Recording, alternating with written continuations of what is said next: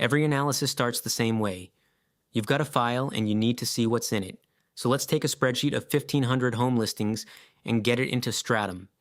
There's no import wizard to wrestle with. I'll just drag a CSV file to Stratum's doc window.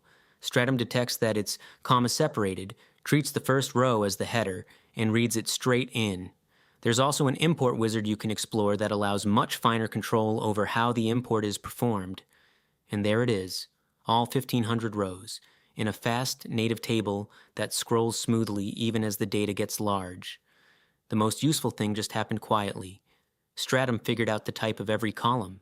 Text fields, like neighborhood and property type, became categories. Measured quantities, like square footage and list price, became numbers.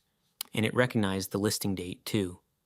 With the data in, let's get our first real insight. One click on Summary gives a full set of descriptive statistics for every numeric column at once. The count, the average, the median, the spread, the quartiles, even skewness. Now look at list price. The average sits noticeably above the median, and skewness is positive. That's the fingerprint of a right-skewed distribution. A handful of expensive homes pulling the average upward. Spotting that on day one will shape every model we build later. Finally, let's save it. Stratum's own format keeps the data, the analyses, and your styling together.